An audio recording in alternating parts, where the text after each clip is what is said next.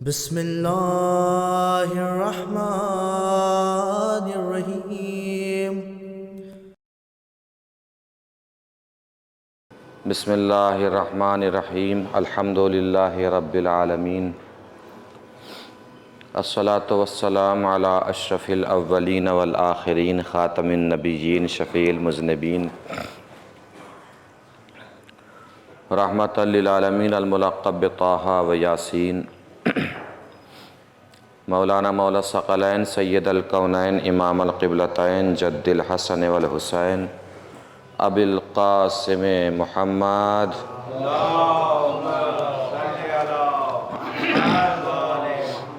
وعلی آلہ الطیبین الطاہرین المعصومین المظلومین المنتخبین المنتجبین الغر المیامین، ولعنۃ اللہ الدائمۃ الباقیۃ علی اعدائہم وقتلتہم وغاصب حقوقہم ومنکر فضائلہم من الآن الی قیام یوم الدین۔ اما بعد فقد قال اللہ الحکیم فی القرآن الکریم، بسم اللہ الرحمن الرحیم۔ وَإِذِ ابْتَلَىٰ إِبْرَاهِيمَ رَبُّهُ بِكَلِمَاتٍ فَأَتَمَّهُنَّ قَالَ إِنِّي جَاعِلُكَ لِلنَّاسِ إِمَامًا قَالَ وَمِن ذُرِّيَّتِي قَالَ لَا يَنَالُ عَهْدِ الظَّالِمِينَ۔ صلوات پڑھیں بر محمد و آل محمد۔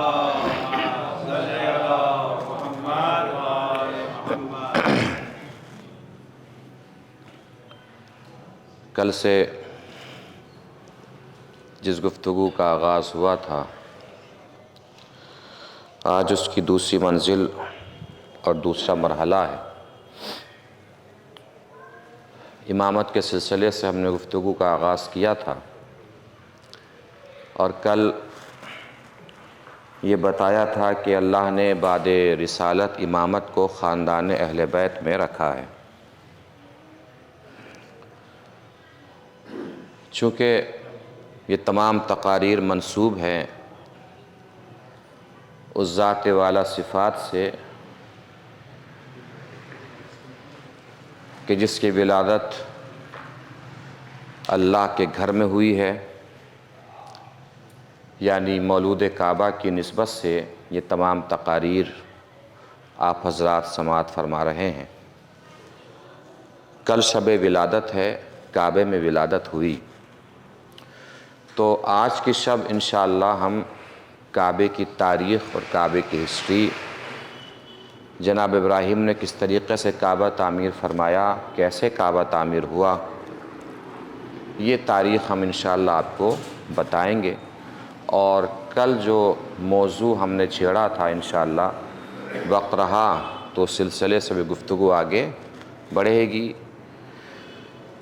کعبے کی تاریخ اور کعبے کی ہسٹری تک پہنچنے کے لیے ہمیں، چونکہ علی مولود کعبہ ہیں اور جناب ابراہیم معمار کعبہ ہیں، علی کعبے میں پیدا ہونے والے ہیں اور جناب ابراہیم کعبے کی تعمیر فرمانے والے ہیں، تو آج کی گفتگو میں ہم کعبے کی تاریخ آپ کے سامنے بیان کریں گے کہ جناب ابراہیم نے کس طریقے سے کعبہ تعمیر فرمایا۔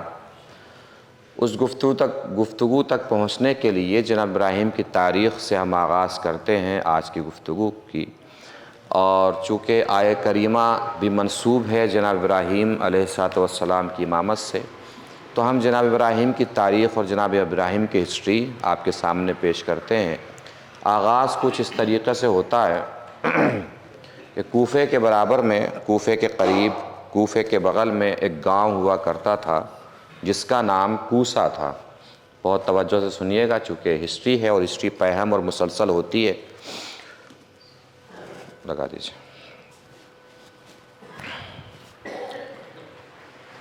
کعبے کی تعمیر تک پہنچ رہے ہیں ابراہیم کی تاریخ سے ہوتے ہوئے۔ کوفے کے برابر میں ایک گاؤں ہوا کرتا تھا جس کا نام کوسا تھا۔ جناب ابراہیم علیہ السلام اسی کوسا کے رہنے والے تھے۔ ولادت آپ کی اس دور میں ہوئی ہے کہ جس دور میں دنیا بھر میں تقریباً تہائی حصے پر نمرود کی بادشاہت تھی اور نمرود کا قبضہ تھا۔ نمرود اس وقت بادشاہ ہوا کرتا تھا اور وہ اپنے آپ کو خدا کہلواتا تھا، اور اس نے شہر، گلی، نکڑ، چوراہوں پر اپنی شکل کے بت بنوا کے رکھے ہوئے تھے تاکہ لوگ اس کے سامنے سر جھکائیں، اس کے سامنے سجدہ کریں، اس کے شکل کی بتوں کی پوجا کریں۔ نمرود کو کسی دن خواب میں یہ نظر آیا کہ جیسے آسمان پہ ایک ستارہ نمودار ہوا ہے، اور اس ستارے کے نمودار ہونے کے سبب سورج کی روشنی مدھم پڑ گئی ہے، سورج کی روشنی ماند پڑ گئی ہے۔ نمرود نے کاہنوں کو خبر دی اس خواب کی۔ کاہنوں نے تعبیر یہ بتائی کہ ایک بچہ پیدا ہونے والا ہے کہ جس کی وجہ سے تیری خدائی کو اور تیری حکومت کو، تیری سلطنت کو، تیری بادشاہت کو خطرہ ہے۔ نمرود نے ان کاہنوں سے پتہ کیا کہ وہ کون سی رات ہوگی جس میں اس بچے کا نور باپ کے صلب سے ہو کر ماں کے رحم تک پہنچ جائے گا، ماں تک کب پہنچے گا وہ نور۔ اس رات کی اسے خبر ملی۔ اس رات اس نے گاؤں کے تمام مردوں کو گاؤں سے باہر نکال دیا،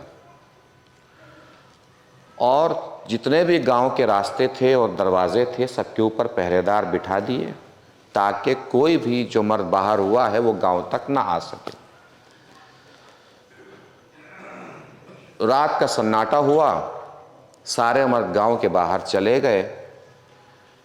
گاؤں کی عورتوں کو اور خواتین کو یہ خبر ملی کہ کوئی بھی مرد اب گاؤں میں نہیں ہے، تو گاؤں کی جتنی خواتین اور عورتیں تھیں سب اپنے اپنے گھروں سے باہر آ گئیں، چونکہ گاؤں میں کوئی مرد نہیں تھا۔ جناب ابراہیم کے والد جناب تارخ ایک دروازے پر پہرے دار کی صورت میں کھڑے ہوئے تھے، یعنی حاکم وقت نے ان کو بھی پہرے دار بنا کے کھڑا کیا تھا ایک دروازے پر۔ جناب ابراہیم کی والدہ کا وہاں سے گزر ہوا جہاں جناب ابراہیم کے والد کھڑے ہوئے تھے۔ ایسے اسباب مہیا ہوئے اللہ کی طرف سے کہ جناب ابراہیم کا نور صلب پدر سے رحم مادر تک پہنچ گیا۔ کاہنوں نے خبر دے دی نمرود کو کہ جس نور کو روکنے کے لیے تو نے اتنے اسباب مہیا کیے تھے وہ نور تو رحم مادر تک پہنچ چکا ہے۔ اسے بڑی تشویش ہوئی۔ ادھر وقت ولادت جناب ابراہیم قریب آیا، ماں کو احساس ہوا۔ ماں نے سوچا اگر ولادت ہوئی اور بادشاہ کو خبر ہو گئی تو بادشاہ قتل کرا دے گا۔ جناب ابراہیم کی والدہ گاؤں سے نکلی، گاؤں کے باہر پہاڑیوں کے اوپر چلی گئیں، وہیں جناب ابراہیم کی ولادت ہوئی، اور جناب ابراہیم کی والدہ نے جناب ابراہیم کو ولادت کے بعد ایک غار میں چھپا دیا اور غار کے اوپر پتھر لگا دیا۔ توجہ فرمائی آپ نے، بادشاہت کا پہرا تھا، حکومت کا پہرا تھا، سلطنت کا پہرا تھا، پھر بھی اللہ کو جس کو بھیجنا تھا وہ نور زمین پہ پہنچ گیا۔ اس نور کو کوئی بھی بادشاہت، کوئی بھی سلطنت روک نہیں سکی۔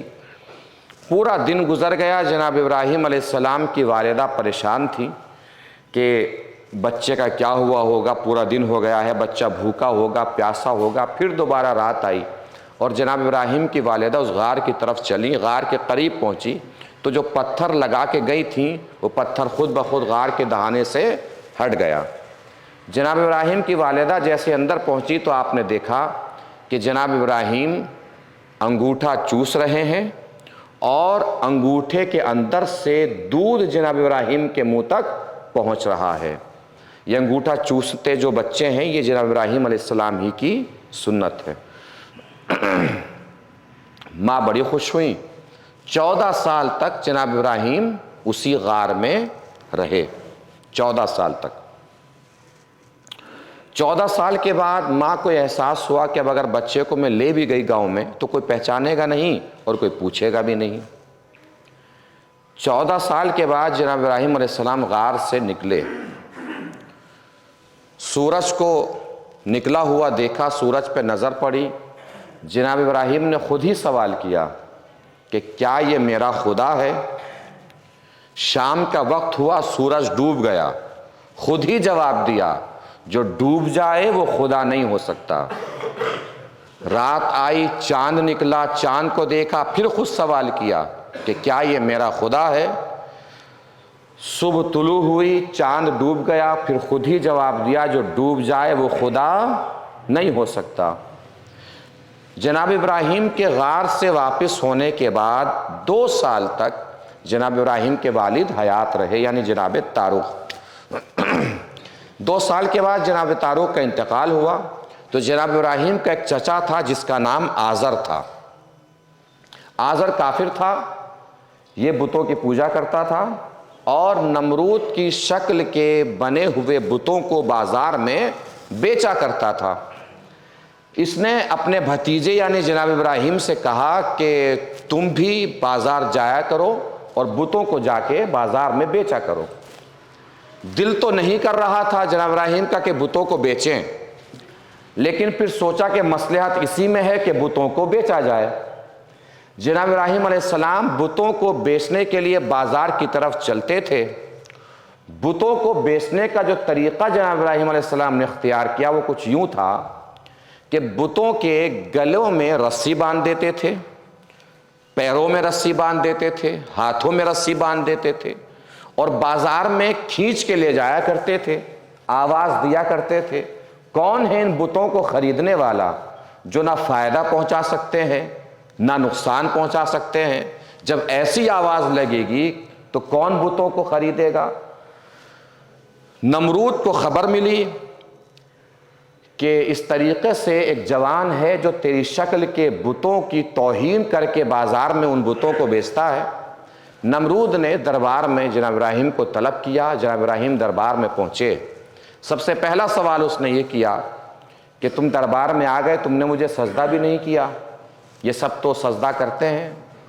جناب ابراہیم نے فرمایا کہ میرا خدا بس ایک ہے اور وہ ہے کہ جو زندوں کو موت دیتا ہے، مردوں کو حیات دیتا ہے۔ اس نے ایک شخص کو پھانسی کی سزا سنائی ہوئی تھی، اس کو آزاد کر دیا۔ جس کو آزاد کر دیا اس کو پھانسی کی سزا سنا دی۔ اس نے ابراہیم سے کہا یہ کام تو میں بھی کر لیتا ہوں، میں بھی زندے کو مار دیتا ہوں، مردے کو حیات دیتا ہوں۔ جسے مرنا تھا اسے میں نے زندگی دے دی، جسے زندگی ملنی تھی اس کو میں نے مار دیا۔ جناب ابراہیم اس کا چہرہ دیکھ کے مسکرائے، مسکرا کے فرمایا تو پھر سن، میرا خدا وہ ہے جو سورج کو مشرق سے نکالتا ہے مغرب میں ڈبو دیتا ہے۔ تو بھی اگر خدا ہے تو سورج کو مغرب سے نکال کے دکھا۔ اس کے پاس کوئی جواب تھا نہیں۔ جناب ابراہیم نے کیا علامت بتائی کہ تو بھی اگر خدا ہے تو سورج کو مغرب سے نکال کے دکھا۔ علی خدا تو نہیں ہے لیکن سورج کو مغرب سے علی نے بھی تو نکالا ہے۔ دنیا کیا سوچتی ہے؟ ہمارے جوان کیا سوچتے ہیں؟ ہمارے بچے کیا سوچتے ہیں؟ کیا علی کا صرف یہ کمال تھا کہ سورج کو مغرب سے نکالا ہے؟ کیا مولا کا صرف یہ کمال ہے کہ مولا نے سورج کو مغرب سے نکالا ہے؟ توجہ فرمائیے گا، میں کمال آپ کو مولا علی کا بتاتا ہوں۔ کیا سورج کو مغرب سے نکالنا ہی علی کا کمال تھا؟ اس کے آگے کا کمال سماعت فرمائیے۔ حضور اکرم صلی اللہ علیہ وآلہ وسلم سے کسی نے سوال کیا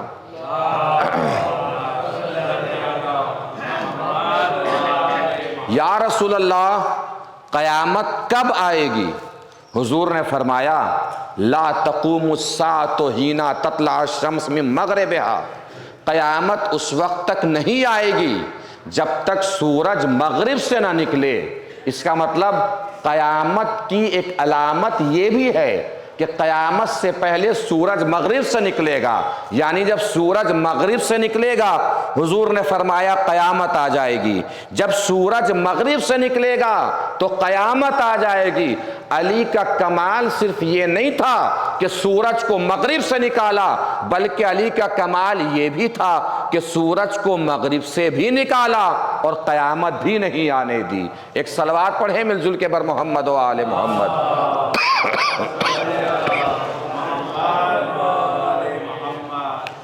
جناب ابراہیم فاتحانہ انداز میں دربار سے باہر نکلے۔ سارے علاقے کو جناب ابراہیم کی فتح کی خبر مل گئی۔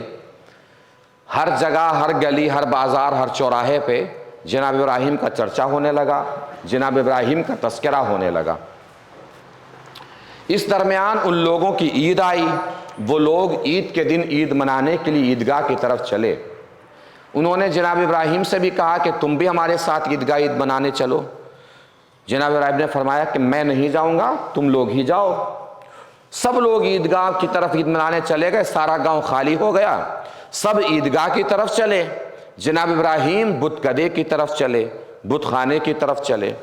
جناب ابراہیم نے ایک اسلحہ لیا، ہتھیار لیا، ہتھوڑا لیا، اور اس کے ذریعے سے سارے بتوں کو توڑ دیا، سارے بتوں کو توڑ دیا، مگر ایک بڑے بت کو ان بتوں میں سے چھوڑ دیا، اور وہ اسلحہ اور ہتھیار اور کلہاڑا جس کے ذریعے سے بتوں کو توڑا تھا، اس بڑے بت کے گلے میں جناب ابراہیم نے لٹکا دیا۔ سب لوگ عیدگاہ سے عید منا کے واپس آئے، بت خانے پہنچے، بت خانے کی حالت دیکھی کہ یہ سب کس نے کیا ہے۔ اطلاع ملی کہ ابراہیم یہیں تھے، وہ اکیلے تھے، تنہا تھے، ان سے پوچھا جائے کہ بتوں کو کس نے توڑا ہے۔ جناب ابراہیم کو بلایا گیا، بت خانے میں جناب ابراہیم علیہ السلام تشریف لائے۔ پوچھا گیا کہ بتوں کو کس نے توڑا ہے، تمہیں خبر ہے؟ جناب ابراہیم نے فرمایا مجھے لگتا ہے کہ یہ جو سب سے بڑا بت ہے اسی نے بتوں کو توڑا ہے، اور اسی کے گلے میں کلہاڑا بھی لٹکا ہوا ہے، اس سے پوچھو کہ بتوں کو کس نے توڑا ہے۔ ان لوگوں نے کہا ابراہیم کیسی احمقانہ بات کر رہے ہو، یہ تو بت ہیں، نہ بول سکتے ہیں نہ سن سکتے ہیں۔ ابراہیم نے تاریخی جواب فرمایا، جیسے ان لوگوں نے کہا یہ بت ہیں، نہ بول سکتے ہیں نہ سن سکتے ہیں، ان سے کیسے پوچھے کہ بتوں کو کس نے توڑا ہے۔ جناب ابراہیم نے فرمایا اگر یہ نہ سن سکتے ہیں نہ بول سکتے ہیں تو وہاں کیوں بیٹھ گئے ہیں جہاں انہیں بیٹھنا نہیں چاہیے تھا، وہ کیوں بن گئے ہیں جو انہیں بننا نہیں چاہیے تھا۔ جناب ابراہیم نے فرمایا، بتایا، ارشاد کیا، ہمیں پیغام پہنچایا کہ اپنا اپنا مقام دیکھ کے ہر شخص کو بیٹھنا چاہیے، ورنہ نبوت کو اس شخص سے، جو شخص ایسی جگہ بیٹھ جائے جہاں اسے بیٹھنا نہیں چاہیے تھا، نبی کو اس سے نفرت ہو جاتی ہے، نبوت کو اس سے نفرت ہو جاتی ہے۔ اور کیا فرمایا ابراہیم نے؟ وہ کیوں بن گئے جو انہیں بننا نہیں چاہیے تھا۔ بننا ایک ایسی چیز ہے کہ 10 لوگ مل کے کسی کو کچھ بھی بنا سکتے ہیں۔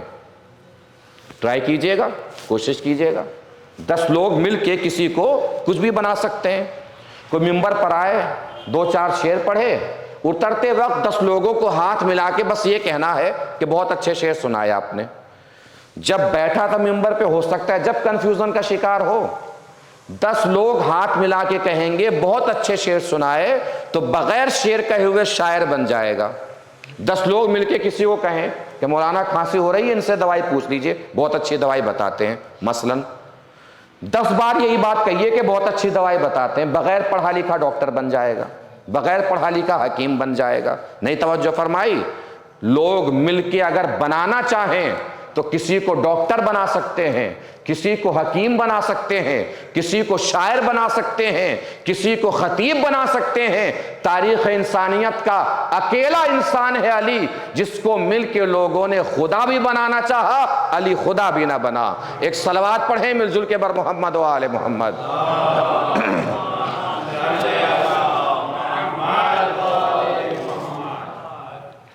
اب قرآن مجید کہتا ہے انہو کان صدیقا نبیا، ابراہیم ہمارا صدیق نبی تھا، ابراہیم ہمارا صدیق نبی تھا، نبی تھا، اور صفت کیا لگایا اللہ نے؟ صدیق نبی۔ صدیق نبی تھا ابراہیم، کیوں؟ اس لیے کہ ابراہیم نے بتوں کو توڑا۔ ہمیں پتہ چل گیا، قرآن نے علامت بتائی کہ بتوں کو توڑنے والا صدیق ہوتا ہے، بتوں کو پوجنے والا صدیق نہیں ہوتا۔ ابراہیم نے بتوں کو توڑا، زمین پہ کھڑے ہو کے بتوں کو توڑا، اللہ نے کہا صدیق ہے ابراہیم۔ نہیں توجہ فرمائی؟ جو زمین پہ کھڑے ہو کے بتوں کو توڑتا ہے وہ صدیق ہوتا ہے، جو نبی کے کاندھے پہ کھڑے ہو کے بتوں کو توڑتا ہے وہ صدیق نہیں، صدیق اکبر ہوتا ہے۔ ایک صلوات پڑھیں مل جل کے بر محمد و آل محمد۔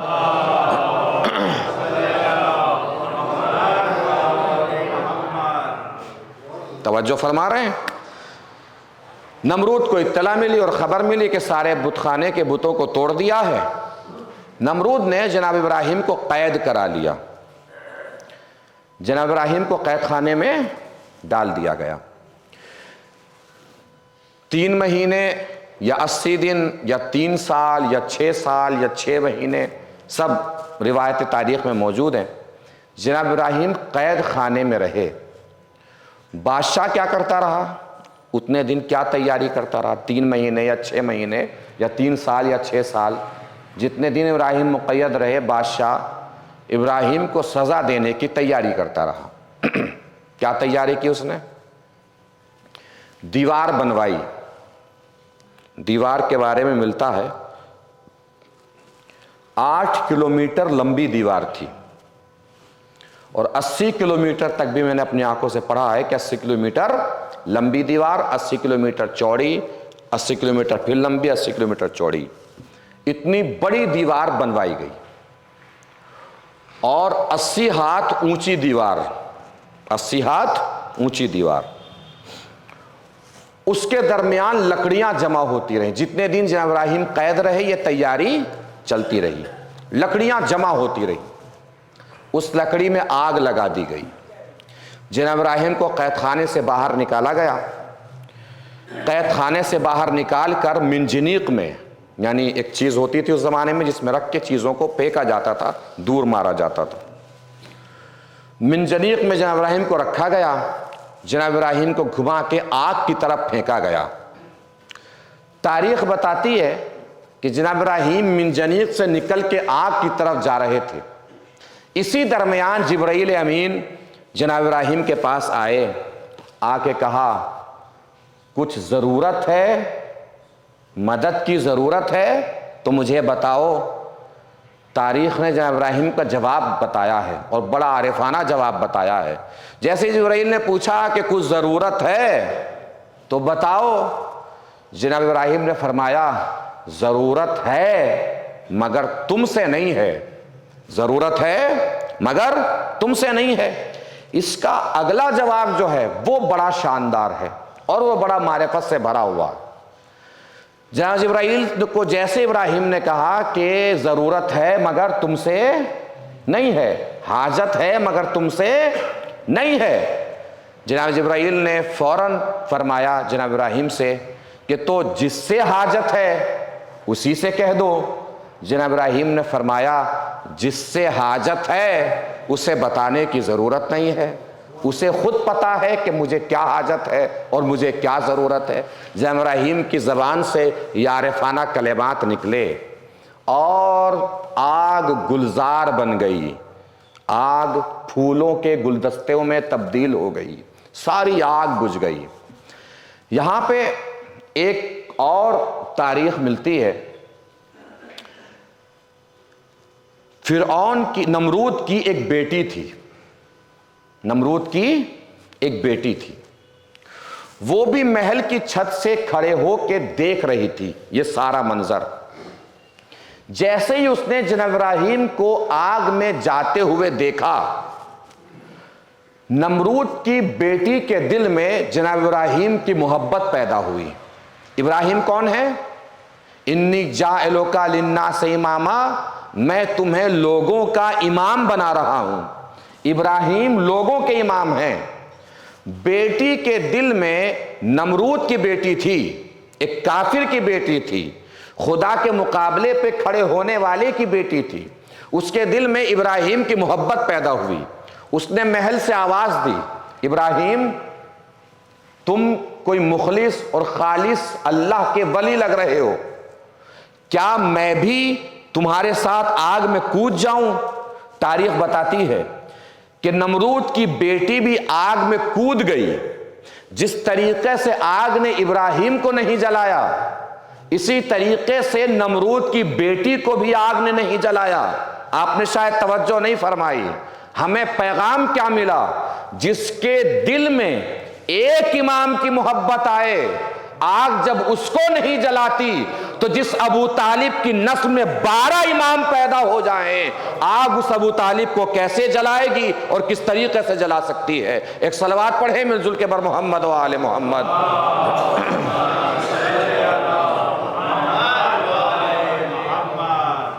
پہنچ رہی ہے بات. آگ بجھ گئی, آگ گلزار ہو گئی. ایک مرتبہ پھر نمرود کو شکست کا سامنا ہوا. نمرود نے جناب ابراہیم کو جلاوطنی کا حکم سنا دیا, پیغام سنا دیا کہ تم اب میرے حکومت کی حدوں سے نکل کے باہر چلے جاؤ. جناب ابراہیم جناب سارہ کو لے کر, جناب سارہ سے آپ کی شادی ہوئی تھی, جناب سارہ کو لے کر وہاں سے چلے گئے. 5 ہجرتیں جناب ابراہیم علیہ السلام نے فرمائی. ایک جگہ جاتے وہاں سے بھگا دیے جاتے, دوسری جگہ چلے جاتے وہاں سے جلاوطن کر دیے جاتے, تیسری جگہ چلے جاتے. اسی درمیان جناب ابراہیم مصر پہنچے. جناب سارہ ہیں, جناب ابراہیم ہیں, کہاں پہنچ گئے؟ مصر پہنچ گئے. مصر کے بادشاہ کو خبر ملی کہ ایک شخص آیا ہے ہماری حکومت میں اور اس کی زوجہ بہت خوبصورت ہے, جناب سارہ حسین ہے, جمیل ہے. بادشاہ نے دربار میں طلب کیا. سارہ کی طرف بادشاہ نے ہاتھ بڑھانا چاہا, ہاتھ شل ہو گیا, ہاتھ بیکار ہو گیا. وہ سمجھ گیا کہ کوئی بڑی عظیم شخصیت ہے, توبہ کی, سارہ سے معافی مانگی, ہاں ٹھیک ہو گیا. پھر نیت بگڑی, پھر ہاتھ بڑھایا, پھر ہاتھ بیکار ہو گیا. اس طریقے سے 3 مرتبہ ہوا. وہ سمجھ گیا کہ یہ کوئی عظیم المرتبہ شخصیت ہے. سنان بن الوان اس بادشاہ کا نام بتایا جاتا ہے جو مصر کا بادشاہ تھا, سنان بن الوان. سنان بن الوان کی بیٹی تھی جس کا نام ہاجرہ تھا. سنان بن الوان نے اپنی بیٹی جناب سارہ کی کنیزی میں دے دی, یہ کہہ کر دے دی کہ اپنے گھر میں شہزادی بن کے رہنے سے بہتر ہے کہ اس بڑی شخصیت کی کنیز بن کے اس کے گھر میں رہے گی. ہاجرہ جناب سارہ کے ساتھ ہو گئیں. تو جناب ہاجرہ کون ہوئی؟ بادشاہ کی بیٹی ہیں, مگر منصب کیا ہوا اس وقت؟ جناب سارہ کی کنیز ہے. وہاں سے بھی جلاوطن کر دیا گیا. تو جناب ابراہیم علیہ السلام جناب سارہ کو لے کر اور اب جناب ہاجرہ بھی ساتھ میں ہیں فلسطین پہنچ گئے. فلسطین میں ایک مقام ہے اور ایک جگہ ہے جسے قط بولتے ہیں, وہاں پہ جا کے رہنے لگے. اس وقت تک اللہ کے حکم سے اور اللہ کی مصلحت میں جناب سارہ کے یہاں ولادت نہیں ہو سکتی تھی اس وقت تک. لیکن جناب ابراہیم کے دل میں اولاد کی تمنا جاگی. جناب سارہ کو خبر ہوئی کہ ابراہیم کے دل میں اولاد کی تمنا ہے اور جناب سارہ کے یہاں ولادت اس وقت تک نہیں ہو سکتی تھی, ایسے اسباب نہیں تھے کہ ولادت ہو سکے. جناب سارہ نے اجازت دے دی, جناب ہاجرہ سے شادی کی. جناب ہاجرہ سے شادی ہوئی اور جناب اسماعیل کی ولادت ہوئی. جناب سارہ, جناب ہاجرہ, جناب ابراہیم, 3 شخصیتیں ہیں. جناب ہاجرہ اس وقت کیا ہیں؟ جناب سارہ کی کنیز ہیں, لیکن ساتھ میں جناب اسماعیل کی ماں بھی ہیں. جناب سارہ کو یہ احساس ہوا کہ جب سے ہاجرہ کے یہاں بیٹا پیدا ہوا ہے تو کچھ غرور یا تکبر شاید ہاجرہ میں, وہ جناب سارہ کو محسوس ہوا کہ غرور و تکبر آ گیا ہے بیٹا ہونے کی وجہ سے. جناب سارہ کو غصہ آیا اور جناب سارہ نے کہا کہ میں اس کو سزا دوں گی اور سزا کے طور پر اس کے بدن کا کوئی حصہ کاٹوں گی. یہ سزا بھی جناب سارہ نے بتائی کہ بدن کا کوئی حصہ میں اس کا کاٹوں گی. ہاجرہ کو خبر ملی کہ ایسے ایسے جناب سارہ نے یہ وعدہ کیا اور عہد کیا ہے کہ میں سزا دوں گی اور بدن کا کوئی حصہ کاٹوں گی. جناب ہاجرہ جناب سارہ کے پاس آئیں کہ آپ نے یہ قسم کھائی اور عہد کیا ہے تو میں عہد پورا کرنے سے نہیں روکوں گی, بس گزارش یہ ہے کہ اگر آپ کو بدن کا کوئی حصہ کاٹنا ہے تو میرے کان کی لویں کاٹ دیجئے. کان کی لویں کاٹ دیں گی تو آپ کا عہد بھی پورا ہو جائے گا اور مجھے درد بھی زیادہ محسوس نہیں ہوگا. جناب ہاجرہ کی کان کی لویں جناب سارہ نے کاٹ دی. جناب ہاجرہ نے یہ کیا کہ کان کی جو لویں کٹی تھی اسی میں گوشوارے پہن لیے, کنڈل پہن لیے. جو خواتین آج کنڈل پہنتی ہیں وہ سب سے پہلے تاریخ میں جناب ہاجرہ نے پہنے ہیں کنڈل, جناب ہاجرہ نے گوشوارے پہنے ہیں. یہ جناب ہاجرہ کی سنت ہے جو خواتین تک پہنچی ہے. اب وہ کان کی لویں کاٹی تھی جناب سارہ نے مگر اس میں کنڈل ڈال لیے. اب وہ جب بھی جناب ہاجرہ سامنے سے گزرتی تھی جناب سارہ کے دل کے اوپر بہت شاق گزرتا تھا. جناب سارہ نے جناب ابراہیم سے کہا کہ تم ایسا کرو کہ ہاجرہ اور اسماعیل کو لے کے یہاں سے کہیں دور چلے جاؤ۔ جناب ابراہیم جناب سارہ کو وہیں چھوڑا یعنی فلسطین میں، اور جناب ہاجرہ اور جناب اسماعیل کو لے کے فلسطین سے چل دیے۔ تھوڑی دور چلے تھے، جبرائیل امین تشریف لے آئے کہ کہاں جا رہے ہو؟ کہ ڈھونڈ رہا ہوں، تلاش کروں گا، کسی وادی غیر ذی زرع میں چھوڑ کر ان کو آؤں گا۔ جناب جبرائیل نے فرمایا کہ وادی غیر ذی زرع میں جانا ہے تو مکے چلے جاؤ۔ مکے کے راستے پر جناب ابراہیم کو لگا دیا۔ جناب ابراہیم مکے پہنچ گئے جناب ہاجرہ اور جناب اسماعیل کے ساتھ۔ جناب ہاجرہ اور جناب اسماعیل کو وہیں چھوڑا، واپس چلنے لگے۔ جناب ہاجرہ نے پوچھا کہ اپنی مرضی سے چھوڑ کے جا رہے ہیں کہ اللہ کے حکم سے چھوڑ کے جا رہے ہیں؟ جناب ابراہیم نے فرمایا کہ میں کوئی کام بھی بغیر اللہ کے حکم کے انجام نہیں دیتا، میں اللہ کے حکم سے تمہیں یہاں پہ چھوڑ کر جا رہا ہوں۔ کہ اگر اللہ کے حکم سے چھوڑ کے جا رہے ہیں تو پھر کوئی پریشانی نہیں ہے، کوئی تکلیف نہیں ہے، آپ تشریف لے جائیے۔ تھوڑا بہت کھانا پانی جو جناب ابراہیم چھوڑ کر گئے تھے وہ ختم ہونے لگا۔ پانی جب ختم ہوا تو بچہ پیاس کی وجہ سے بلبلانے لگا، پیاس کی وجہ سے پریشان ہونے لگا۔ جناب اسماعیل پیاس کی وجہ سے ایڑیاں رگڑنے لگے۔ جناب ہاجرہ نے بچے کی پیاس دیکھی، دیکھا نہیں گیا تو ماں کا دل، سامنے صفا اور مروہ کی پہاڑیاں تھیں۔ پہلے دوڑ کے صفا پہ گئیں جناب ہاجرہ، پھر صفا سے اتر کے مروہ کی طرف آئی، پھر صفا پہ گئیں، پھر مروہ کی طرف آئی۔ پانی کہیں دور تک دکھائی نہیں دیا۔ ابھی دوڑ ہی رہی تھی کہ اچانک جناب ہاجرہ کو ایسا محسوس ہوا جیسے کوئی شیر دہاڑا ہو۔ شیر کے دہاڑنے کی سی آواز کان میں آئی جناب ہاجرہ کے۔ جناب ہاجرہ بچے کی طرف سے پریشان ہوئی، فوراً دوڑ کے بچے کی طرف گئیں۔ جب بچے کے پاس گئیں تو اللہ کا اعجاز دیکھا، اللہ کا معجزہ دیکھا کہ جس جگہ جناب اسماعیل قدم رگڑ رہے تھے وہیں سے پانی کا چشمہ بہ رہا تھا، اور پانی کے چشمے کی ایک لہر سیدھی جناب اسماعیل کے ہونٹوں تک پہنچ رہی تھی، اور جناب اسماعیل پانی سے سیراب ہو رہے تھے۔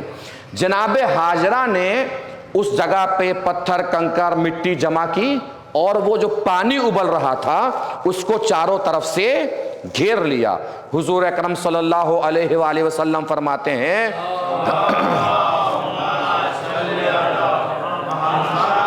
کہ اگر ہاجرہ نے اس پانی کو نہ روکا ہوتا تو پانی ساری زمین پہ اللہ پہنچا دیتا۔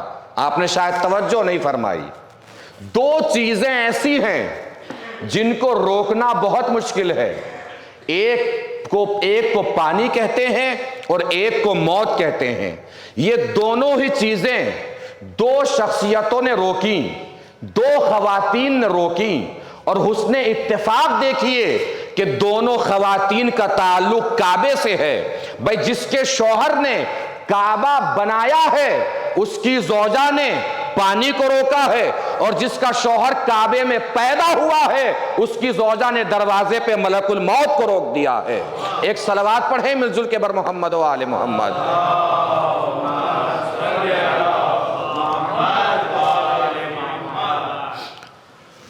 پانی وہاں پہ ہو گیا۔ ادھر سے قبیلہ گزر رہا تھا، قبیلہ بنی جرہم۔ اس قبیلے نے دیکھا کہ آسمان پہ چڑیاں چہچہا رہی ہیں، پرندے آ رہے ہیں۔ انہوں نے سوچا کہ جب بھی ہم یہاں سے گزرتے تھے یہاں تو پرندے نہیں ہوتے تھے، اس کا مطلب کہیں نہ کہیں پانی موجود ہے۔ انہوں نے دیکھا، تلاش کیا تو دیکھا کہ خاتون اپنے بچے کے ساتھ بیٹھی ہیں اور برابر میں پانی کا چشمہ ابل رہا ہے۔ انہوں نے جناب ہاجرہ کی اجازت سے اس جگہ کو بسا لیا، یعنی قبیلہ بنی جرہم وہاں پہ رہنے لگا۔ جناب ابراہیم کچھ دنوں کے بعد آیا کرتے تھے ملاقات کرنے کے لیے جناب ہاجرہ اور جناب اسماعیل سے۔ جناب اسماعیل جب 13 یا 14 برس کے ہوئے اس وقت جناب ابراہیم ملاقات کر کے جا رہے تھے، جناب جبرائیل آن پہنچے۔ میں منزل تک پہنچ گیا، کعبے کو کس طریقے سے تعمیر کیا گیا ہے وہاں تک میں آپ کی تاریخ کو لے آیا۔ جناب جبرائیل تشریف لائے کہ اللہ کا پیغام ہے کہ ابراہیم اس بار جانے میں جلدی نہ کیجیے۔ کہ اس بار کیوں جانے میں جلدی نہ کروں؟ کہ اللہ نے حکم دیا کہ اس بار اس کا گھر بنا کے جائیے، کعبہ تعمیر کر کے جائیے۔ جناب ابراہیم نے فرمایا کہ کہاں کعبہ تعمیر کرنا ہے؟ تو جناب جبرائیل نے نشان لگایا کہ اسی جگہ کعبہ تعمیر ہوگا جس جگہ پہ جناب آدم کے زمانے میں قبہ تھا۔ کعبے کی حقیقت معلوم ہے کیا ہے؟ جناب آدم کے زمانے میں یہاں پہ قبہ تھا، ایک قبہ یعنی جسے گنبد بولتے ہیں، گنبد ٹائپ میں، یہ آسمان سے عرش کی بلندی سے ایک خیمے کی شکل میں آیا تھا، سرخ یاقوت کا خیمہ تھا جو قبے کی شکل میں مکے میں موجود تھا۔ جناب نوح کا جب طوفان آیا تو اس قبے کو واپس آسمان پر اٹھا لیا گیا۔ نہیں توجہ فرمائی؟ ہسٹری اور تاریخ بتاتی ہے کہ سرخ یاقوت کا یہ خیمہ تھا جو آسمان سے آیا تھا زمین پر۔ اب بھی توجہ نہیں فرمائی؟ خیمہ سمجھ گئے نا کیا ہوتا ہے؟ خیمہ کیا ہوتا ہے؟ پرانے زمانے میں بادشاہوں کی یہ تاریخ ملتی ہے کہ جب بادشاہ کو کہیں جانا ہوتا تھا تو بادشاہ کے جانے سے پہلے خیمہ وہاں پہنچ جاتا تھا، لوگوں کو خبر ہو جاتی تھی کہ علاقے کا بادشاہ آنے والا ہے، اپنی زمینوں کو دیکھنے، اپنی زمینوں کو دیکھنے، اپنی زمینوں کو دیکھنے۔ بادشاہ کے پہنچنے سے پہلے خیمہ وہاں پہنچ جاتا تھا، لوگوں کو پتہ چل جاتا تھا کہ بادشاہ آنے والا ہے، بادشاہ آنے والا ہے، بادشاہ آنے والا ہے۔ آدم کے زمانے میں آسمان سے خیمہ آ کے زمین پہ لگایا گیا تھا، یعنی دنیا کو پتہ چل جائے کوئی بادشاہ اس خیمے میں آنے والا ہے۔ 1,23,999 انبیاء گزر گئے، کسی کو خبر نہ ہوئی کہ وہ بادشاہ کون سا ہے جو اس خیمے میں آنے والا ہے۔ 1,24,000 نبی کے زمانے میں ایک ماں اپنے گھر سے نکلی جس کا نام فاطمہ بنت اسد ہے، 13 رجب کی رات کعبے میں پہنچی، علی کی ولادت ہوئی، تب دنیا کو پتا چلا وہ بادشاہ کون سا تھا جس کے لیے آ کے زمین پہ خیمہ لگایا گیا تھا۔ ایک صلوات پڑھیں مل جل کے بر محمد و آل محمد۔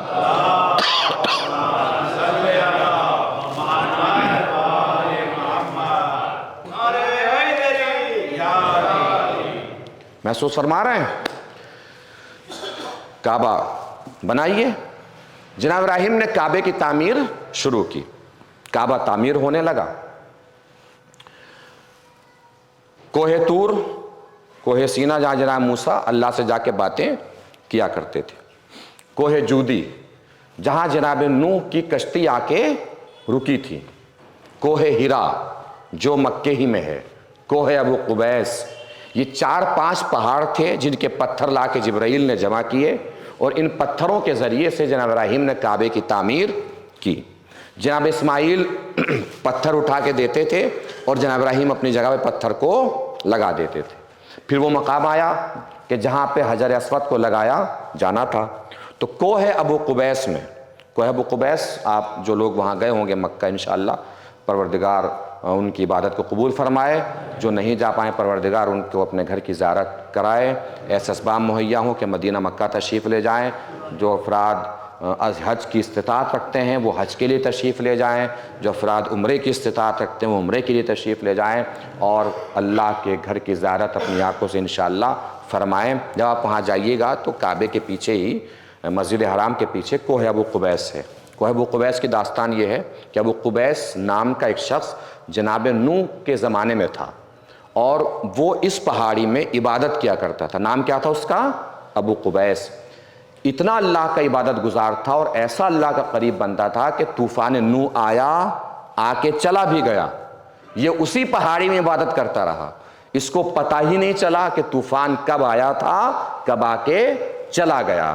جب طوفان کا پانی پہاڑی کے پاس آتا تھا تو پہاڑی سے راستہ بچا کے پانی نکل جاتا تھا، ابو قبیس وہیں پہ بیٹھ کے عبادت کرتے رہے۔ اسی پہاڑی میں حجر اسود رکھا ہوا تھا اور اس پہاڑی سے اٹھا کر جناب جبرائیل نے حجر اسود لیا، جناب ابراہیم نے اس کو اپنی جگہ پہ لگایا اور دیواروں کو اور بلند فرما دیا۔ کعبہ بن کے تیار ہو گیا۔ کعبہ بن کے تیار ہوا۔ جب کعبہ بن کے تیار ہوا تو جناب ہاجرہ نے اپنی چادر کعبے کے اوپر ڈال دی۔ کس نے؟ جناب ہاجرہ نے اپنی چادر کہاں ڈال دی؟ کعبے کے اوپر ڈال دی۔ کس لیے ڈالی؟ کس وجہ سے ڈالی؟ کیا ریزن تھا کہ جناب ہاجرہ اپنی چادر ڈالی؟ کیا وجہ تھی جناب ہاجرہ نے اپنی چادر ڈالی؟ کیا سبب تھا جناب ہاجرہ نے اپنی چادر ڈالی؟ میں نے آپ کو آغاز میں بتایا کہ یہاں پہ جناب ہاجرہ کے اجازت سے ایک قبیلہ آ کے بس گیا۔ ایک قبیلے کے بعد پھر دوسرا قبیلہ آیا، یعنی جس وقت کعبہ بنا اس وقت یہاں پہ 2 قبیلے رہتے تھے، ان 2 قبیلے والوں کے بھی گھر یہاں تھے۔ جناب حاجرہ نے چادر اس لیے اللہ کے گھر پہ ڈالی، جناب حاجرہ نے یہ بتانا چاہا کہ کعبہ ہے، اللہ کا گھر ہے، اسے بڑا شرف ملنے والا ہے، بڑی عظمت ملنے والی ہے، بڑی بلندی ملنے والی ہے، لیکن یہاں پہ صرف اللہ کا گھر نہیں ہے، یہاں بندوں کے بھی گھر ہیں۔ کل جب اس کو شرف اور اس کی عظمت کا شور ہوگا، اس کی عظمت کا پیغام دنیا بھر میں پہنچے گا، تو لوگ اس کی زیارت کے لیے جھوک در جھوک آئیں گے۔ جب لوگ اس کی زیارت کے لیے آئیں گے تو کہیں ایسا نہ ہو کہ اس کی عظمت کو دیکھ کر یہاں پہ رہنے والے اپنے گھر کو یہ کہنے لگے کہ یہ کعبہ ہے، یہ کعبہ ہے۔ اس لیے میں نے اپنی چادر اللہ کے گھر پہ ڈال دی کہ ہر گھر بیت اللہ نہیں ہے، وہی گھر بیت اللہ ہے جو حاجرہ کی چادر کے نیچے ہے۔ نہیں توجہ فرمائی؟ ہر گھر بیت اللہ نہیں ہے، وہی گھر بیت اللہ ہے جو حاجرہ کی چادر کے نیچے ہے۔ اب سمجھ میں آیا رسول نے اہل بیت کو جمع کر کے فاطمہ کی چادر کے نیچے کس لیے لٹایا، تاکہ لوگوں کو پتہ چل جائے ہر شخص اہل بیت نہیں ہے، وہی اہل بیت ہیں جو فاطمہ زہرا کی چادر کے نیچے ہیں۔ ایک صلوات پڑھیں مل جل کے بر محمد و آل محمد۔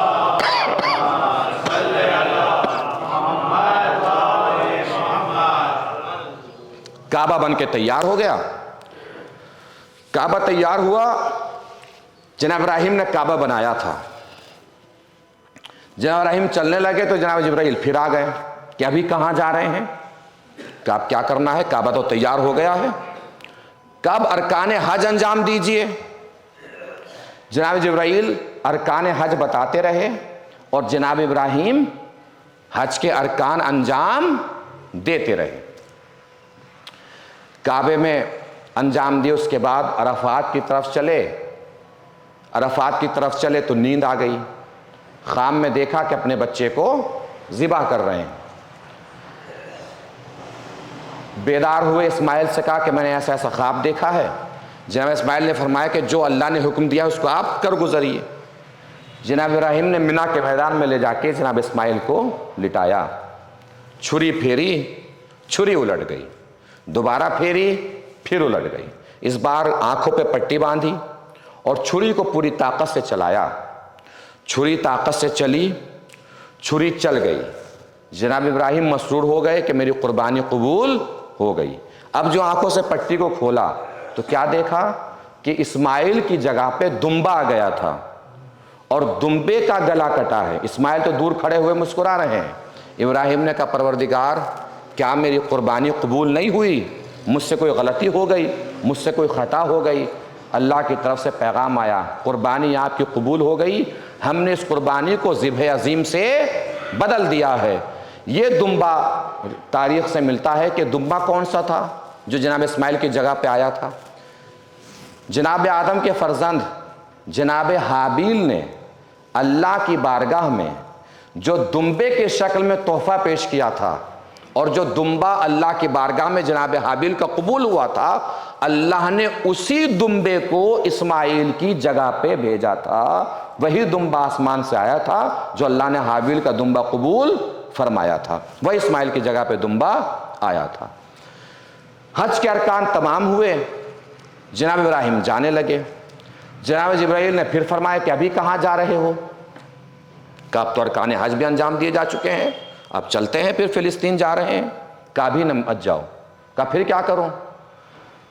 کہ لوگوں کو حج کے لیے بلاؤ، اذن فی الناس بالحج، لوگوں کو بلاؤ اللہ کے گھر کی طرف، اللہ کے گھر کے حج کے لیے لوگوں کو آواز دو۔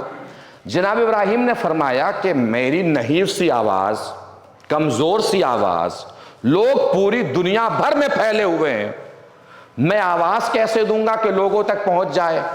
جناب جبرائیل نے فرمایا آواز دینا تمہارا کام ہے، پہنچانا اللہ کا کام ہے۔ یہ واقعہ جانتے کب کا واقعہ ہے؟ تقریباً 4,500 سال ہو گئے ہیں اس واقعے کو۔ تقریباً کتنے سال ہو گئے؟ 4,500 سال پرانا واقعہ ہے۔ اب روایت یہ بتاتی ہے کہ جناب ابراہیم علیہ السلام کی یہ آواز ساری دنیا میں پہنچی، ساری زمین میں پہنچی، اور صرف دنیا بھر میں نہیں، اسلاب و ارحام میں، یعنی ماؤں کے رحم میں اور باپوں کے صلب میں جو انسانوں کی روحیں تھیں ان تک نے اس آواز کو سنا۔ اور روایت یہ بتاتی ہے کہ جس نے اس آواز کو سنا وہ آج بھی حج کے لیے جاتا ہے۔ نہیں توجہ فرمائی؟ آج بھی ابراہیم کی آواز ہی کو سن کے لوگ حج کے لیے جاتے ہیں۔ روایت بتاتی ہے کہ آج بھی ابراہیم کی آواز کو سن کر ہی لوگ حج کے لیے جاتے ہیں۔ ابھی شاید آپ نے توجہ نہیں فرمائی، 4,500 سال پرانی ابراہیم کی مینا کے میدان کی آواز آج بھی مسلمان سن لیتا ہے۔ 1400 سال پرانی آخری نبی کی غدیر کے میدان کی آواز من کنت مولا ہو فہذا علی مولا کی صورت میں عالم اسلام کو سنائی نہیں دیتی۔ ایک صلوات پڑھے مل جل کے بر محمد و آل محمد۔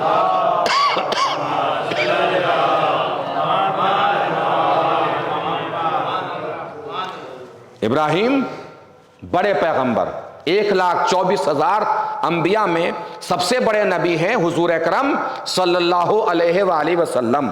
ان کے بعد بستے ہیں 1,23,999 نبی۔ 1,23,999 نبیوں میں سب سے بڑے نبی ہیں جناب ابراہیم، خلیل خدا ہیں، سب سے بڑے پیغمبر ہیں، شیخ الانبیاء ہیں، سب سے بڑے پیغمبر ہیں۔ 1,23,999 نبیوں میں سب سے بڑے نبی ہیں جناب ابراہیم۔ اور قرآن مجید نے مختلف مقامات پر جناب ابراہیم کے فضائل بیان کیے ہیں، جناب ابراہیم کی عظمت بیان فرمائی ہے۔ توجہ، ارشاد ہو رہا ہے ما کان ابراہیم یہودیا ولا نصرانیا بل کان حنیفا مسلما وما کان من المشرکین۔ دیکھو ابراہیم نہ یہودی تھے نہ نصرانی تھے بلکہ سچے پکے مسلمان تھے، اور ابراہیم کافروں میں سے بھی نہیں تھے۔ پورا قرآن دیکھ جائیے، پورا قرآن پڑھ جائیے، کسی بھی نبی کے بارے میں اللہ نے کفر سے دوری کا اس قریدے سے اعلان نہیں کیا جیسے جناب ابراہیم کے لیے کیا ہے۔ کسی بھی نبی کے لیے ایسا اعلان نہیں کیا کفر سے دوری کا جیسے جناب ابراہیم کے لیے کیا ہے۔ کیا فرمایا جناب ابراہیم کے لیے؟ کہ ابراہیم کافروں میں سے نہیں تھے، ابراہیم کافروں میں سے نہیں تھے، ابراہیم کافروں میں سے نہیں تھے۔ سے تو آپ جانتے ہیں سے نسبت کے لیے آتا ہے، یعنی رشتے کے لیے آتا ہے۔ سے ہی کو عربی میں من کہا جاتا ہے، وما کانا من المشرکین۔ ابراہیم کافروں میں سے نہیں تھے، سے نسبت کے لیے، سے کو عربی میں من کہا جاتا ہے۔ جیسے آپ سنتے ہیں حسین منی وانا من الحسین، حسین مجھ سے ہے اور میں حسین سے ہوں۔ یہ سے نسبت کے لیے آتا ہے، رشتے کے لیے آتا ہے۔ اللہ نے قرآن میں کھل کے اعلان کیا کہ ابراہیم کافروں میں سے نہیں تھے، ابراہیم کافروں میں سے نہیں تھے۔ سے کا مطلب کیا ہوا؟ قرآن نے اعلان کیا ہے کہ نہ ابراہیم کا باپ کافر تھا نہ ابراہیم کا دادا کافر تھا۔ آغاز میں نے آپ کو کیا بتایا تھا؟ ابراہیم کے والد کا نام کیا ہے؟ تاروخ، وہ مومن تھے۔ چچا کا نام کیا ہے؟ آزر، وہ کافر تھا۔ مسلمانوں کو کنفیوژن ہوا، مسلمانوں نے آزر کو باپ مانا ابراہیم کا، اور تاریخوں میں لکھا کہ ابراہیم کا باپ کافر تھا۔ قرآن مجید نے کیا فرمایا؟ ابراہیم کا باپ کافر نہیں تھا۔ عالم اسلام نے تاریخوں میں کیا لکھا؟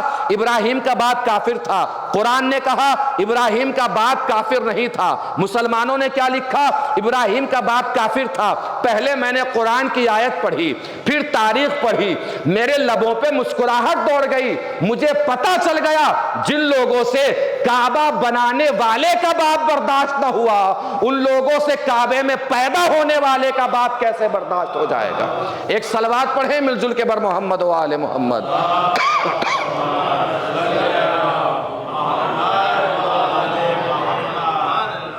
تو جناب ابراہیم کی تاریخ اور ہسٹری اور کعبے کی تاریخ اور ہسٹری میں نے آپ کو سنائی۔ اب آپ ایک موازناتی شکل میں دیکھیے اس کو، اور میں اپنی بات تمام کرتا ہوں انشاءاللہ۔ جناب ابراہیم، 3 امتحان لیے گئے جناب ابراہیم سے۔ کتنے امتحان؟ 3 امتحان۔ مال کا امتحان ہوا، سارا مال آپ کا لے لیا گیا، بھیڑ بکریاں سب آپ سے لے لی گئی۔ جان کا امتحان ہوا، آگ میں پھینکا گیا آپ کو۔ اولاد کے ذریعے امتحان ہوا، جناب اسماعیل کو ذبح کے لیے لٹانا پڑا۔ جناب ابراہیم سے مال کے ذریعے بھی امتحان ہوا، جان کے ذریعے بھی امتحان ہوا، اور اولاد کے ذریعے بھی امتحان ہوا۔ ابراہیم کون ہے؟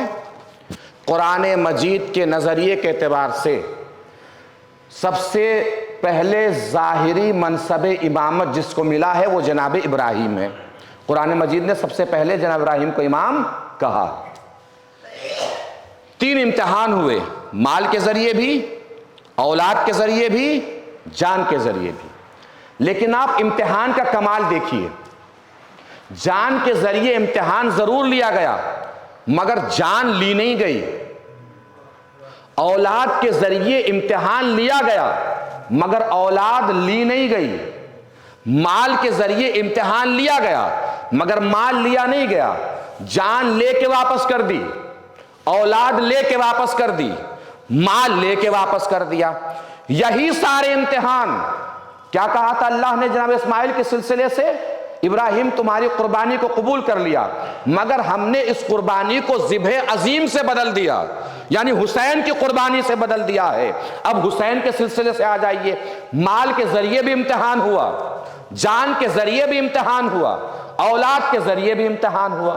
ابراہیم اور امام حسین کے امتحان میں کتنا فرق ہے۔ ابراہیم کا بھی امتحان جان کے ذریعے، اولاد کے ذریعے، مال کے ذریعے ہوا، لیکن تینوں چیزیں واپس کر دی گئیں۔ لیکن حسین کو مال کے ذریعے امتحان ہوا، نہ مال واپس ہوا، اولاد کے ذریعے امتحان ہوا، نہ اولاد واپس ہوئی، جان کے ذریعے امتحان ہوا، نہ جان واپس ہوئی۔ جان بھی لے کے رکھ لی گئی، اولاد بھی لے کے رکھ لی گئی، مال و اسباب بھی لے کے رکھ لیا گیا۔ کیا فرق ہے؟ کیا وجہ ہے؟ ریزن سمجھیے اور بات اختتام پذیر ہو انشاءاللہ۔ ابراہیم کی تینوں چیزیں لے کے واپس کی گئیں، حسین کا کچھ بھی لے کے واپس نہیں کیا گیا۔ فرق کیا ہے؟ ریزن کیا ہے؟ سبب کیا ہے؟ بچہ جو ہوتا ہے، چھوٹا بچہ، پروردگار سب کو صاحبان اولاد فرمائے، جب بچے گھر میں ہوتے ہیں، چھوٹے چھوٹے بچے، تو اچھے گھروں میں، بااخلاق گھروں میں، تربیت کرنے والے گھروں میں کیسے تربیت کی جاتی ہے بچوں کی؟ ان کے ہاتھ میں چیز ہوتی ہے، کچھ بھی چیز، ٹافی، چپس، جو بھی چیز باپ نے ماں نے دلائی ہو، باپ ماں تربیت دینے کے لیے اس کی وہ چیز مانگتے ہیں کہ لاؤ بیٹا، سکھاتے ہیں اس کو عطا کرنا، دینا، یعنی جب کسی کو دینے کی ضرورت پڑے تو بچہ ہچکچائے نہیں، اور یہی تربیت ہوتے ہوتے بچہ بڑا ہو جائے گا۔ باپ مانگتا ہے کوئی بھی چیز اس بچے سے، ٹافی مانگتا ہے بچہ، ٹافی باپ کو دے دیتا ہے، تو کیا باپ کھا جاتا ہے ٹافی اس کی لے کے؟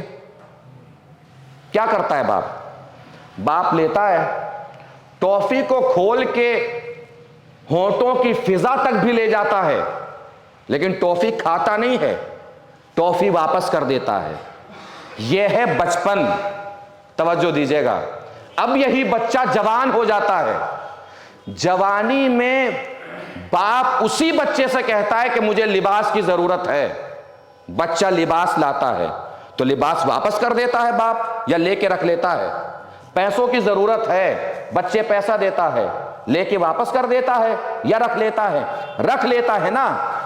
وہ بچے کا بچپن تھا جب چیز لے کے واپس کر دی جاتی تھی، یہ اس بچے کی جوانی ہے جب چیز لے کے رکھ لی جاتی ہے۔ اب بھی توجہ نہیں فرمائی؟ ابراہیم سے بھی 3 چیزوں کا امتحان ہوا مگر ساری چیزیں لے کے واپس کر دی گئیں۔ حسین کا بھی تینوں چیزوں کے ذریعے سے امتحان ہوا مگر کوئی چیز واپس نہیں کی گئی۔ اب سمجھے ابراہیم اور حسین کے درمیان کیا فرق ہے؟ امامت کے بچپن کو ابراہیم کہتے ہیں، امامت کی جوانی کو حسین کہتے ہیں۔ ایک صلوات پڑھیں مل جل کے بر محمد و آل محمد۔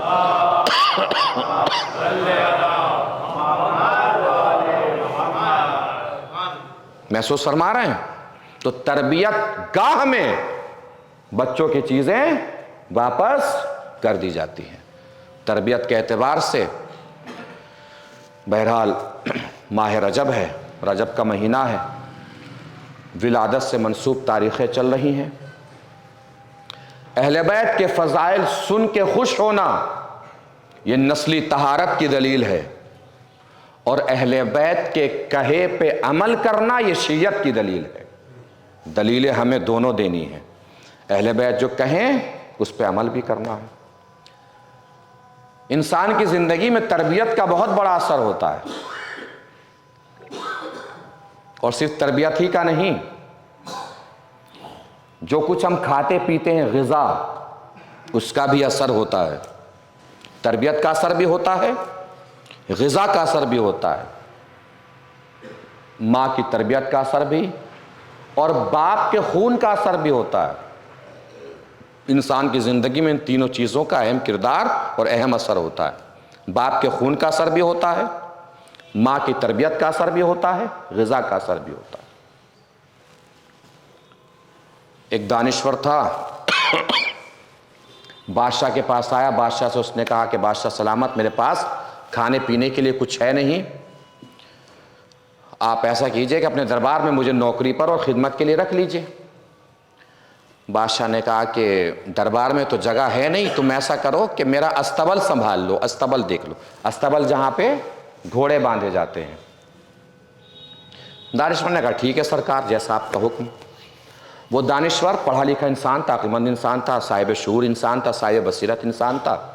استبل میں رہ کر بادشاہ کے گھوڑے وغیرہ کو دیکھ بھال کرنے لگا، استبل کا نظام سنبھالنے لگا۔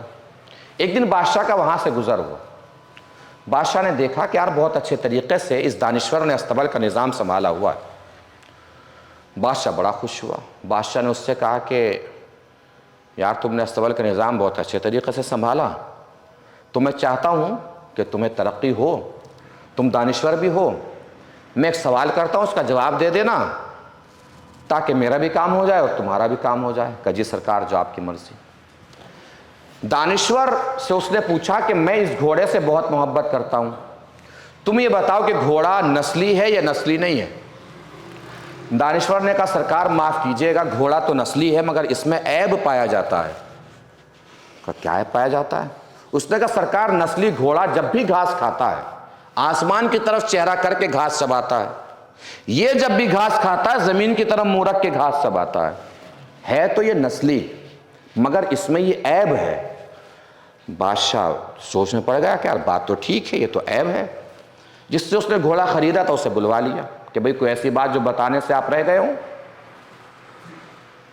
اس نے کہا کہ سرکار خطا معاف فرمائیے گا، یہ جب گھوڑا پیدا ہوا تھا تو ہم نے اسے، چونکہ اس کی ماں اس دنیا سے چلی گئی تھی، اس کی ماں مر گئی تھی، ماں تھی نہیں، تو ہم نے اسے گائے کا دودھ پلایا ہے۔ اس گائے کے دودھ پینے کی وجہ سے اس میں یہ عیب پیدا ہو گیا ہے کہ ابھی آسمان کی طرف چہرہ کر کے گھاس نہیں چباتا، زمین کی طرف منہ رکھ کے گھاس چباتا ہے۔ نہیں توجہ فرمائی؟ گھوڑا نسلی تھا مگر غذا بدلی تو عیب پیدا ہو گیا۔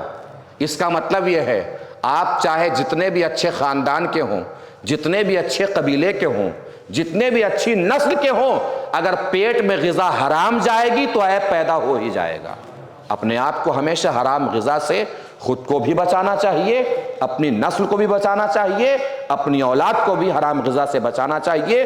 حلال غذا کے لیے کوشش کرنا حضور نے فرمایا ہے میدان جنگ میں جہاد سے افضل ہوتا ہے، جو رزق حلال کے لیے کوشش کرتا ہے۔ بادشاہ بڑا خوش ہوا، دانشور کی بات صحیح نکلی۔ بادشاہ نے خوش ہو کے دانشور کے گھر گوشت بھجوا دیا۔ کیا بھجوایا؟ گوشت بھجوایا، اور دانشور کو دربار میں بلا لیا کہ تم استبل کے آدمی نہیں ہو، تم دربار میں آ جاؤ۔ ایک دن بادشاہ ٹہل رہا تھا، ٹہلتے ٹہلتے اس نے پوچھا کہ یار تم نے گھوڑے کے بارے میں بالکل ٹھیک بتایا تھا، آج بتاؤ کہ یہ جو میری مہارانی ہے یہ بھی خاندانی ہے کہ نہیں ہے؟ اس نے کہا سرکار معاف رکھیے، بس کیوں پوچھ رہے ہیں، کیوں سوال کر رہے ہیں؟ کہا نہیں بتاؤ، کوئی مسئلہ نہیں ہے، ہم قبول کریں گے، جو بھی تم کہو گے ہمیں قبول ہوگا۔ اس نے کہا سرکار کہ جب قبول ہوگا تو بات ایسی ہے کہ آپ ہیں راجہ، یہ ہیں آپ کی زوجہ، تو ہے تو مہارانی تو ہیں یہ، لیکن سرکار معاف کیجئے گا خاندانی نہیں ہے۔ کہ تمہیں کیسے پتا چلا خاندانی مہارانی نہیں ہے؟ کہ سرکار میں نے جب بھی انہیں دیکھا ہے نوکروں سے لڑتے ہوئے ہی دیکھا ہے، جب بھی انہیں دیکھا ہے نوکروں سے لڑتے ہوئے ہی دیکھا ہے۔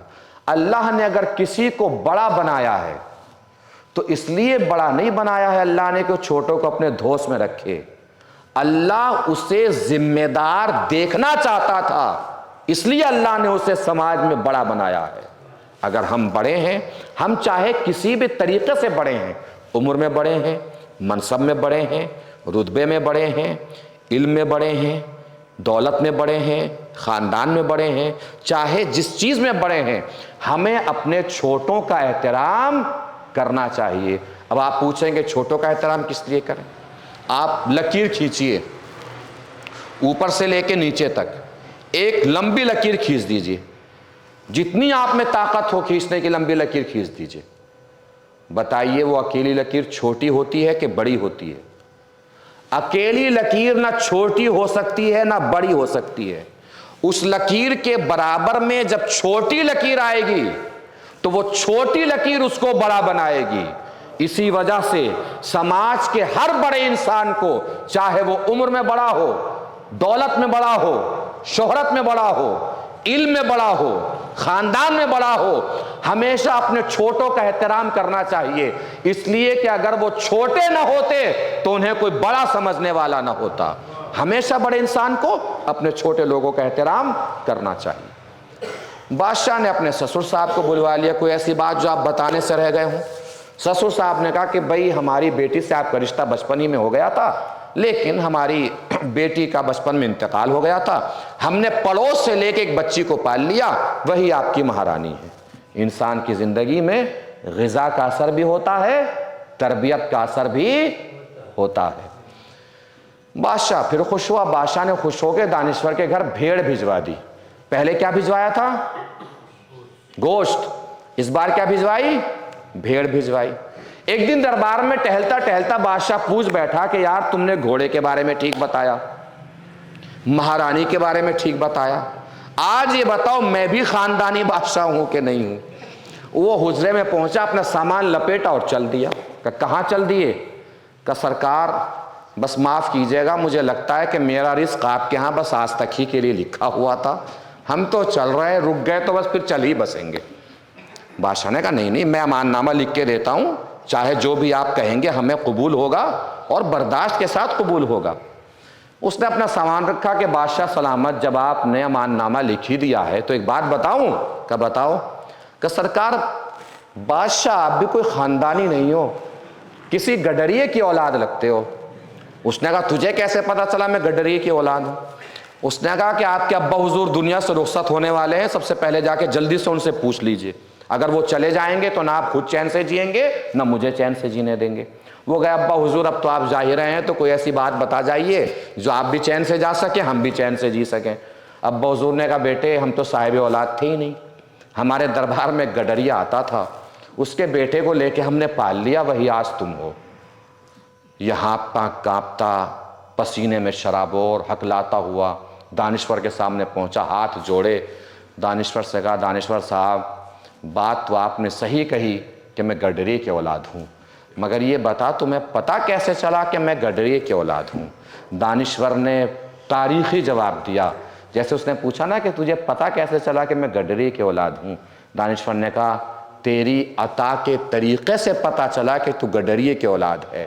جب بھی میں نے انعام کا کام کیا، کبھی گوشت بھجوا رہا ہے، کبھی بھیڑ بھجوا رہا ہے، خاندانی بادشاہ ہوتا ہیرے بھجواتا، چاندی بھجواتا، سونا بھجواتا، یاقوت بھجواتا، آپ نے شاید توجہ نہیں فرمائی۔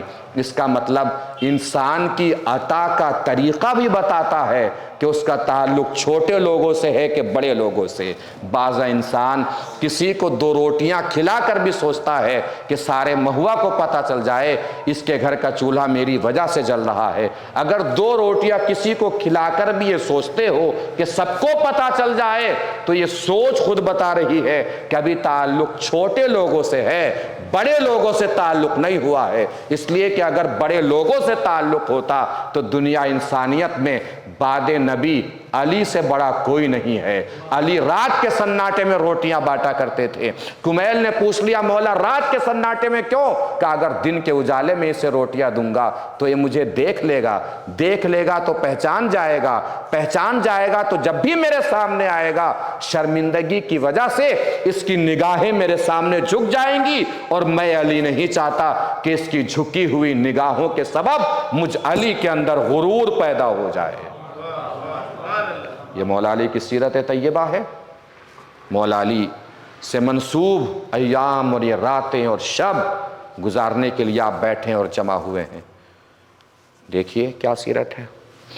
کوئی بھی کام کرے نیکی کا، مولا علی نے بتایا ہے کہ صرف اور صرف اللہ کے لیے کریں، لوگوں کو بتانے اور دکھانے کے لیے کوئی کام نہیں کرنا چاہیے۔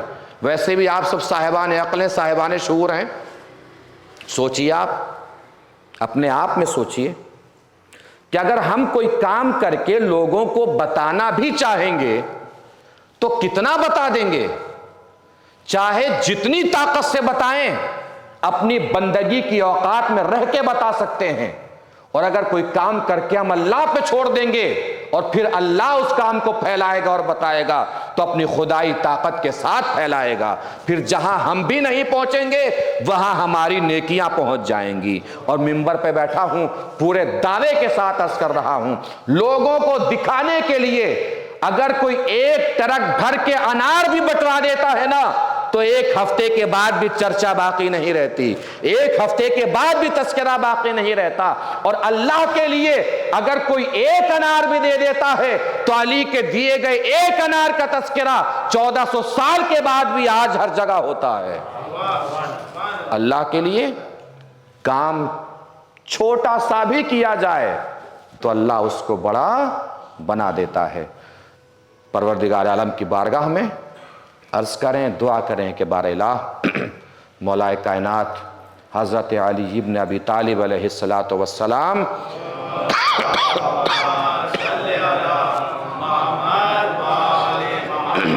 کی ولادت سے منسوب یہ تاریخیں چل رہی ہیں۔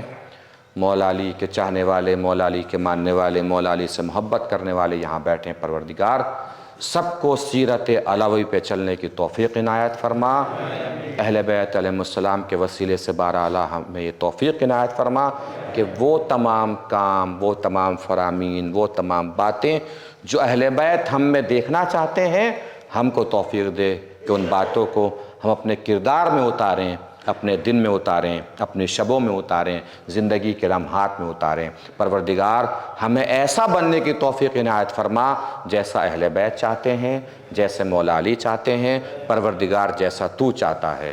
بار الہ جو بھی حضرات پریشان حال ہوں ان کی پریشانیوں کو دور فرما، جو مقروض ہوں ان کے قرضوں کو ادا فرما، جو بغیر کسی خطا کے مقید ہوں انہیں قید سے رہائی دلا، جو بیمار ہوں انہیں شفائے کاملہ و عاجلہ عنایت فرما، پرچم اسلام کو سر بلند فرما، پرچم کفر و نفاق کو سرنگو فرما، مقامات مقدسہ کی حفاظت فرما، علماء کرام کی حفاظت فرما، مراجع کرام کی حفاظت فرما۔